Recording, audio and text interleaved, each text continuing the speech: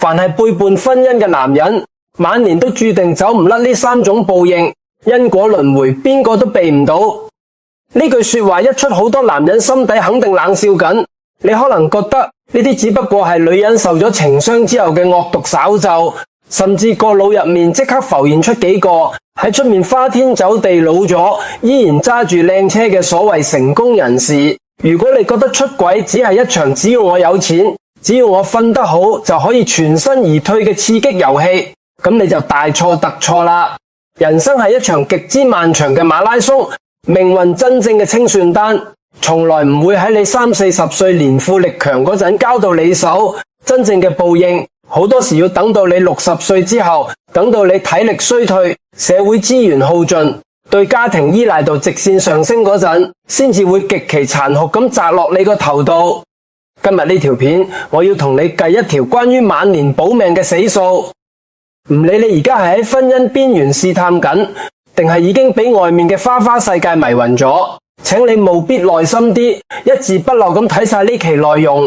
呢樣嘢絕對救到你晚年條命。好多男人背叛婚姻嗰陣，心入面都有一個極之幼稚嘅撲撲心態，覺得只要自己掩飾得夠好，冇俾老婆當場捉到把柄，呢個家就依然完整，你嘅生活就唔會受到任何實質影響。你以為出軌只係你喺漫長枯燥嘅婚姻生活入面俾自己開嘅一扇透氣嘅細窗，你覺得呢啲係攞便宜，但你根本唔知道，由你決定背叛婚姻，由你喺出邊同第二個女人發生實質關係嗰1秒鐘開始，你人生嘅根基就已經俾你自己親手挖開咗一個巨大嘅缺口。你以為你昏天過海，其實你屋企嘅氣場早就已經鐵底亂晒。呢度就帶出背叛婚姻嘅男人晚年注定要面對嘅第一種極之慘烈嘅報應，正財富嘅鐵底焚毀，亦即係你晚年生活質素嘅斷崖式暴跌。我哋順住人性嘅真實反應一路推演落去，你喺出邊揾到新鮮感，你得到咗刺激，當你推開家門返到屋企嗰陣，你嘅心理狀態係會出現劇烈變化嘅。最初你可能會因為內疚，對老婆好少少，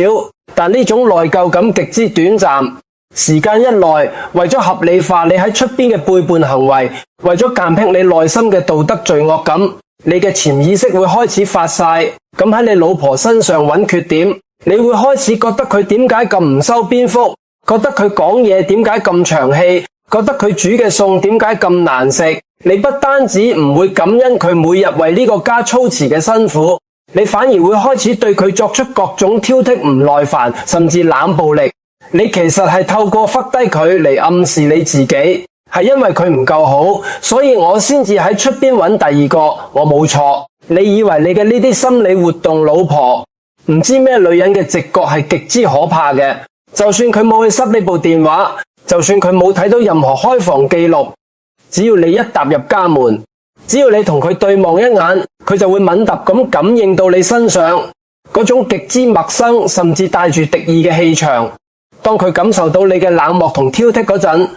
個家嘅溫度就會瞬間跌到冰點。喺環境心理學同我哋常講嘅人際氣場入面，老婆就係呢個家嘅水，水就係財。一個家庭嘅安寧溫馨，係一個男人喺出邊打拼事業最強大嘅後盾同能量補給站。而家你親手將呢口井整污糟咗，將呢個後盾打碎晒，你老婆可能為咗仔女冇選擇即刻同你離婚，但佢個心已經死咗，佢唔再關心你返工攰唔攰，唔再關心你身體好唔好，佢開始將你當成一個搭伙過日子嘅室友，甚至係一部提款機。你哋屋企唔會再有歡聲笑語，空氣入面充滿咗防備、猜忌同壓抑。呢種氣場嘅混亂會直接投射到你嘅事業同財運上面。你喺出邊要花大量嘅金錢去維繫，嗰個第三者要買禮物、要開房、要製造浪漫，呢本身已經係你正財嘅嚴重流失。更可怕嘅係你嘅精力耗損，你需要每日跟盡腦汁去講大話、去圓鬆、去記清楚自己同邊個講過乜，驚死兩邊穿煲。你嘅大腦長期處於呢種高度緊張同分裂嘅狀態，你仲有幾多心思可以真正專注喺你嘅事業上？你仲有幾多敏銳度去判斷生意場上嘅風險？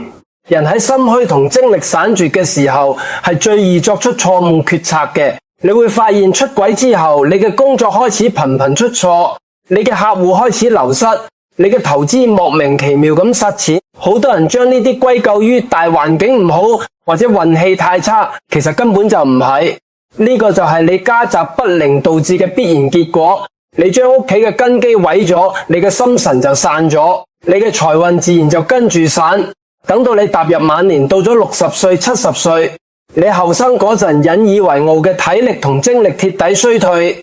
賺快錢嘅能力大幅下降。呢個時候，你再望下你個銀行戶口，你會發現你呢一世賺嘅錢，一大半都喺你後生嗰陣嗰啲荒唐嘅拉扯入面消耗殆盡。你原本可以安安穩穩用嚟養老嘅積蓄，早就俾嗰啲露水紅顏掏空晒。你手頭上冇錢，屋企又好似一個冰窖咁，你晚年嘅生活質素點可能唔撲涼？呢個就係你親手種落嘅第一粒苦果。你破壞咗婚姻嘅契約，最終反噬嘅就係你生存嘅物質基礎。如果你覺得錢冇咗都仲可以將就過，咁接下來要講嘅第二種報應，先至係真正可以將你晚年嘅尊嚴徹底打碎嘅致命一擊。就係親情嘅徹底斷流，你嘅仔女將會成為你晚年最冷酷嘅法官。好多男人出軌嗰陣，腦入面有一個極之自私而且禁錮嘅念頭，佢覺得我雖然對唔住我老婆，但我對啲仔女仲係好好噶。我俾仔女交昂貴嘅學費，買名牌波鞋俾佢哋，我只要唔喺仔女面前同第二個女人講電話，仔女就乜都唔知。我喺仔女心入面依然係一個偉大嘅積超魚。如果你真係咁樣諗，咁我只可以話你太低估人性嘅感知力，亦都太唔了解你嘅仔女。仔女係呢個屋企最靈敏嘅雷達，佢哋唔需要睇到嗰啲確信嘅證據，佢哋只需要透過觀察你同你老婆嘅相處模式，就可以清清楚楚知道呢個家到底發生咗咩事。當你夜晚揾藉口唔返屋企食飯嗰陣，當你拎住手機匿喺露台壓低把聲講語音嗰陣，當你因為一啲小事就對住你老婆大聲呼喝嗰陣，你嘅仔女就企喺門後面或者坐喺梳化度，將呢一切盡收眼底。佢哋睇到咗夏後旭喺深夜默默流眼淚，睇到咗夏後旭日益憔悴嘅臉龐，睇到咗呢個家由充滿歡笑變成死氣沉沉。喺呢一刻，你喺仔女心目中嗰個高大可靠偉大嘅積挑魚形象就已經突然倒塌。你以為你隱婚得好好，其實喺仔女嘅潛意識入面，你已經變成一個極之自私、極之虛偽、冇晒責任感嘅背叛者。你背叛嘅唔單止係佢哋嘅夏後旭，你係喺度摧毀佢哋對家庭安全感嘅全部信仰。呢種破壞係極之深遠嘅，但喺佢哋細個嗰陣，佢哋冇能力反抗你，因為佢哋仲需要靠你提供生活費，仲需要喺呢個屋企生存，所以佢哋可能會選擇沉默，甚至喺你面前依然表現得乖巧聽話。但係呢個絕對唔代表佢哋原諒咗你呢，係一種極之隱蔽嘅延遲嘅審判。佢哋將對你嘅鄙視同怨恨深深咁埋喺心入面，時間一日一日咁過。我哋將時間線拉長到20-30年之後，當你老咗，當你行唔到路，當你需要揸住拐杖，甚至需要攤喺床度等人嚟服侍你嗰陣，你嘅仔女已經成家立室，有咗佢哋自己嘅生活。呢個時候命運嘅審判就真正降臨。你需要人帶你去睇醫生，你需要人幫你端屎端尿，你渴望兒孫繞膝嗰種天倫之樂，你滿懷期待咁打電話俾你嘅仔女，希望佢哋可以多啲嚟探你。但你得到嘅永遠係冷冰冰嘅回應。佢哋會話俾你知，佢哋做嘢好忙，佢哋要教仔女做功課，佢哋實在抽唔到時間。就算佢哋礙於法律嘅規定同社會嘅道德，每個月按時過數俾你一筆贍養費，或者夾錢送你入去一間條件都算唔錯嘅老人院，但係只要你仔細去感受，你就會發現佢哋對你嘅照顧入面只有冰冷嘅責任同義務，冇一絲一毫嘅溫情同愛意。佢哋嚟探你嗰陣，唔會同你坐低一齊傾下家常，唔會關心咁問你尋晚瞓得好唔好，唔會帶住笑臉聽你回憶過後嘅嘢。佢哋就好似完成一樣枯燥嘅工作咁，放低買嚟嘅生果，客客氣氣咁講幾句說話，然後即刻揾藉口離開。嗰個閂門離去嘅背影，就係對你呢半世人所作所為最殘忍嘅判決。你攤喺老人院嘅床上，或者攤喺空索破嘅屋企，望住天花板，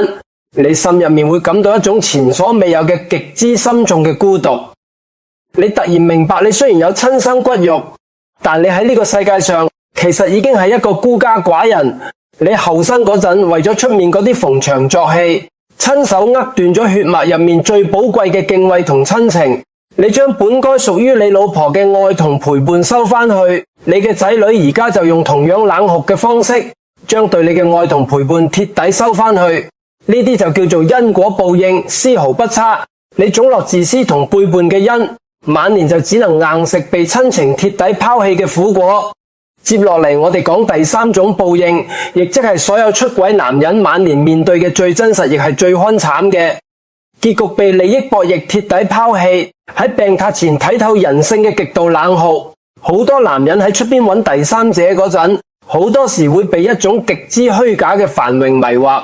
嗰個後生靚女嘅女人成日對你百依百順，讚你成熟穩重，讚你有魅力，成日都可以提供極高嘅情緒價值俾你。你喺佢嗰度感覺自己重新返到20歲，感覺自己好似一個無所不能嘅國王。你甚至會天真咁以為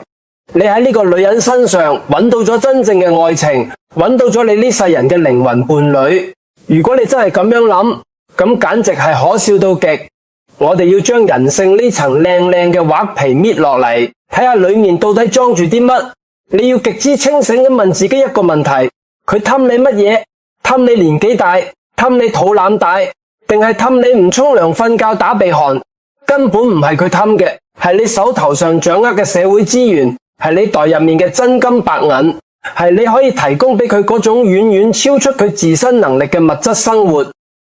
你哋之間嘅呢段關係，本質上就係一場極之精準、極之冷血嘅資源置換。你用你本該留俾糟糠妻兒嘅錢財、時間同心力，去換取咗佢短暫嘅青春肉體嘅歡愉同虛假嘅情緒價值。呢啲根本唔係咩感天動地嘅真愛，呢啲就係一場明碼實價嘅利益博弈。既然係利益博弈，咁就一定會有交易終止嘅。一日隨住時間嘅推移，你無可避免地會衰老。當你60歲、70歲嗰陣，你嘅賺錢能力大幅下降，你嘅社會地位開始邊緣化，你手頭上可以支配嘅財富越嚟越少。更可怕嘅係，你身體各項機能開始全面衰退，你開始頻頻生病，開始離唔開各種藥物，甚至有一日你突然腦中風或者心臟病發，徹底攤喺床度喐唔到。到咗呢個階段，你喺嗰個第三者嘅眼入面就已經徹底冇咗利用價值。你由一部可以無限谷錢嘅 ATM 機變成一個需要人幫你把屎把尿散發住老人噏味嘅巨大包袱。你覺得一個當初就係衝住你啲錢同資源嚟嘅女人會喺呢個時候留低服侍你呢個毫無價值嘅糟老頭咩？答案係絕對冇可能。人性嘅現實會喺此刻展現得淋漓盡致。嗰個曾經同你海誓山盟、口口聲聲話只愛你個人唔貪你錢嘅女人，走得一定快過任何人。佢會剪走你身上最後一啲值錢嘅嘢，迅速切斷同你嘅所有聯繫，頭也不回咁去揾佢下一個事物。你連佢嘅一片三角都捉唔住，而呢個時候你仲可以指望邊個？你只能厚住面皮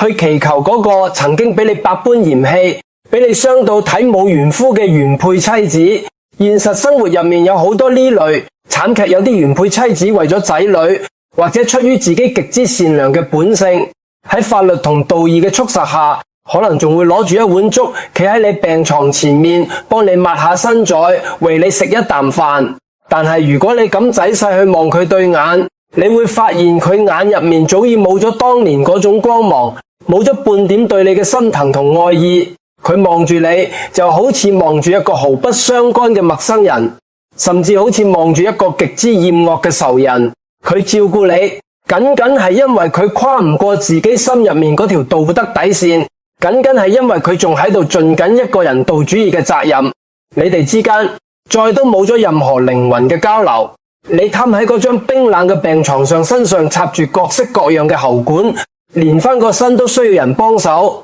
你回想自己呢一世後生嗰陣，自以為風流倜儻，以為自己掌控晒一切。你為咗嗰啲轉瞬即逝嘅虛假快感，將嗰個陪你白手興家、為你生兒育女、真心實意對待你嘅女人傷到透晒，將你本該溫馨和睦，可以作為晚年避風港嘅屋企，拆到七零八落。到咗而家，你身邊雖然企住人，但你心底比任何人都清楚，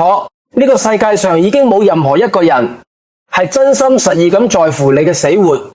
你喺佢哋眼入面，只係一個隨時可以被拋棄嘅婦女。嗰種深入骨髓嘅倫良，嗰種明明身邊有人卻感覺自己被成個世界遺棄嘅極致孤獨，先至係呢個世間最殘酷嘅通罰。呢個就係你當初唔尊重婚姻契約，為咗滿足一己思索而必須付出嘅終極代價。你買到咗短暫嘅歡愉，卻買斷咗你晚年所有嘅尊嚴同保障。呢個就係你呢世人做過最撲底嘅死局。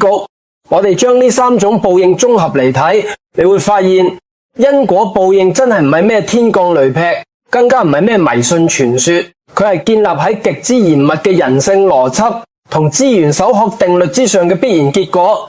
一個人嘅一生精力、情感同財富都係有定數嘅婚姻，就係兩個人將各自嘅資源整合喺一齊，形成一個抵撲未來風險嘅利益共同體同情感避風港。你後生嗰陣違背咗呢個共同體嘅契約，將資源偷偷輸送咗去出邊，你以為你攞咗便宜，其實你係喺度瘋狂咁透支你自己晚年嘅安全買值。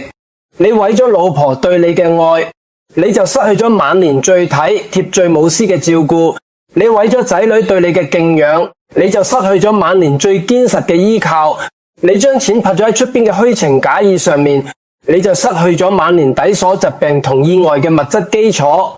當呢一切嘅低空喺你晚年集中爆發嘅時候，你攞咩去抵擋？你根本擋唔住，你只能眼白白望住自己嘅晚年生活，好似雪崩咁，摧枯拉朽咁走向毀滅。所以收埋你嗰啲可笑嘅貪念同盲目嘅自信。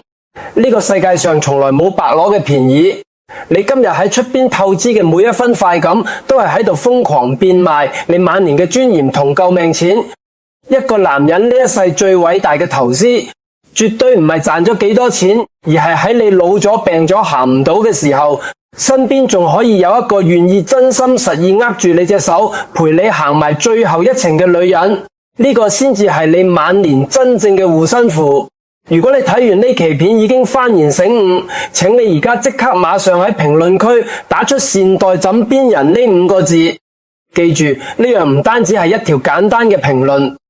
呢個係你時刻提醒自己，千祈唔好為咗出邊嘅殘羹冷飯，親手打爛自己屋企用嚟保命嘅嗰個金飯碗。最後，將呢條片轉發俾你身邊需要被敲醒嘅人，一定要記得幫我點個讚，訂閱我個頻道。跟住我幫你避開人生同婚姻入面嘅所有大坑，我哋下期繼續講大實話。